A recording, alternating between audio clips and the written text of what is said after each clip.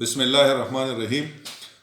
زه ډاکټر عنایت الرحمن ډسټرکټ هیلث افیسر لور اینڈ سنټر کورم د کورم عوامو ته مخاطب یم. تاسو ته معلومه ده چې په ورسک کلي کې زموږ سره یو پودګي شوی او هغې نه پس ته د هغې ریزلټ پازیټیو راغلی و.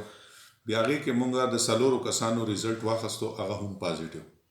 هغې نه پس ته زموږ انویسټیګیشن ټیم مونږ دا فیصله وکړه چې مونږ به سرچ کوو چې دا وګورو چې دا وایرس په دې علاقه کې څومره خور شوی. نو په دغه سلسله کې مونږ 22 نورو کسانو نه سیمپلې واخیستې او هغه مونږ چې کومه د NIH اسلام آباد لیبارټري د هغې ته ولېږلې. په هغې کې اوس ټایمه پورې په دغه 22 کې د 8 کسانو ریزلټ مونږ ته راغلی. په دې کې 6 کسان نیګیټیو ریزلټ راغلی الحمدلله، اور 2 کسان داسې دي چې د هغې ریزلټ پازیټیو دی. باقي 14 کسان چې کوم دي د هغې ریزلټ اویټډ دی. د شپې پورې به انشاءالله تعالی د هغې ریزلټ راشي.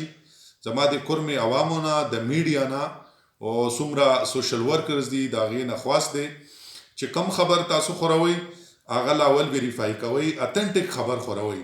زمونږ دفتر 24 اورلی کولاوي. زمونږ کنټرول روم د کوویډ کنټرول روم 24 غنټې کولاوي. مونږ سره رابطه کوئ، مونږ به تاسو ته اپډیټډ صحیح خبر درکو او هغه به نشر کوو. انشاءالله چې دا باقي ریزلټ څنګه مونږ ته ملاو شي تاسو سره به مونږ شیر کوو. ډېره مهرباني.